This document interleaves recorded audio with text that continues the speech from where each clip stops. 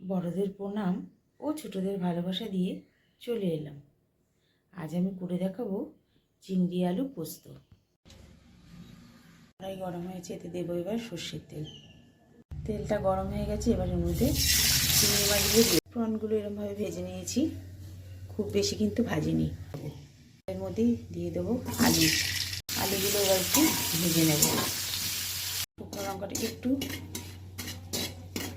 হালকা ভাজা হলে এবার দিয়ে দেবো পেঁয়াজ কুচিগুলো একটু ভাজা করে নেবো যতক্ষণ এর থেকে গন্ধটা ছেড়ে আসে।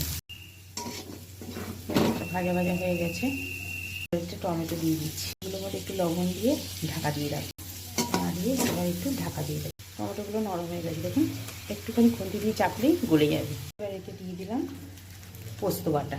সঙ্গে আমি 2-4টে কাঁচা লঙ্কা পেটে নিয়েছি। কাঁচা লঙ্কাটা মানে ঝালটা যার যেমন খেতে ভালোবাসে সে সেরকমভাবেই দেবে।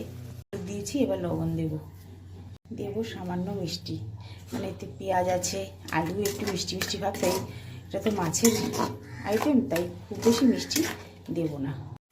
মশলাটা এরকম হয়ে গেছে, এবার এর মধ্যে একটু উষ্ণ গরম জল এবার একটু উষ্ণ গরম জল দিয়ে দেবো।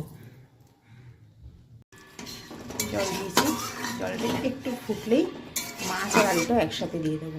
ঝোলটা ফুটেছে, এবার এর মধ্যে আলু আর মাছগুলো দিয়ে দিয়েছি। এবার এটা একটু ফুটতে দেব। গরম মশলা দিয়ে নাড়িয়ে নিলাম। এবার 5 মিনিট গ্যাস বন্ধ করে ঢাকা দিয়ে রেখে দেবো।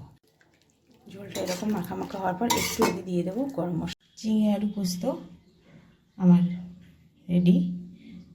আপনাদের যদি এই রান্নাটি ভালো লেগে থাকে তাহলে একটি লাইক, কমেন্ট, শেয়ার এবং আমার চ্যানেল মনের ইচ্ছেকে সাবস্ক্রাইব করার অনুরোধ রইল।